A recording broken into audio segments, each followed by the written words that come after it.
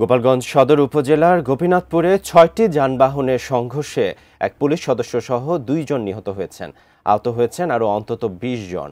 ঘটনাস্থলেই আছেন গোপালগঞ্জ প্রতিনিধি সজীব বিশ্বাস, যুক্ত হচ্ছি তার সঙ্গে। সজীব, কিভাবে এই দুর্ঘটনা ঘটলো, সেই সাথে যারা আহত হয়েছেন তাদের অবস্থাই বা কি?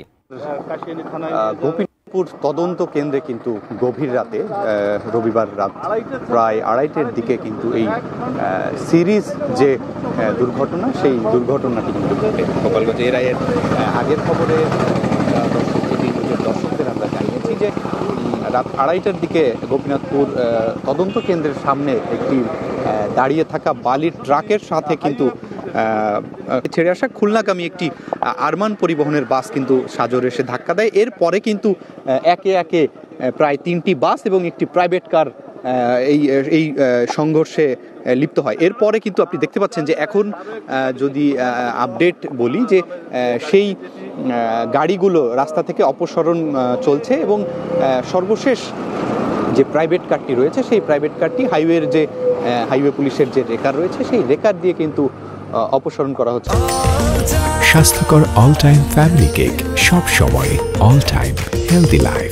আমরা এই দুর্ঘটনায় কিন্তু একজন পুলিশ সদস্য এবং তিনি কিন্তু নিহত হয়েছেন এবং আহত প্রায় ২২ জনের মতো জানা গিয়েছে, আমরা যতটুকু জানতে পেরেছি। এবং স্থানীয় এবং পুলিশের সূত্রে আমরা যতদূর জানতে পেরেছি যে আজকে সরকারি ছুটি শেষ হওয়ার জন্য এবং শেষ হয়েছে এবং সবাই কিন্তু ঢাকামুখী হচ্ছে এখন ঈদের যে পরবর্তী ছুটিতে।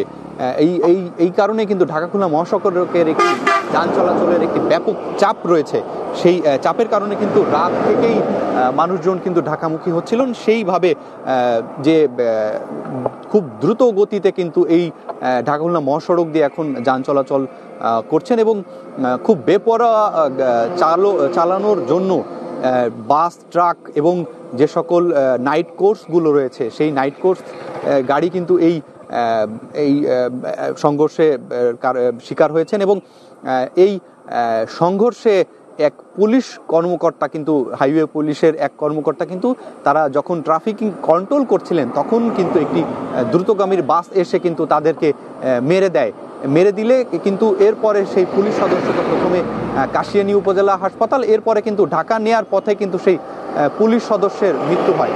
তো এখন দেখতে পাচ্ছেন সর্বশেষ যে সকল যানবাহন ছিল, সেই সকল যানবাহনকে কিন্তু এখন থানা বা হাইওয়ের থানায় পুলিশের যে কার্যক্রম, মামলা বা পরবর্তী যে কার্যক্রম, সেটি কিন্তু পুলিশ গ্রহণ করবেন, এইটুকুন আমাদের কিন্তু জানিয়েছে।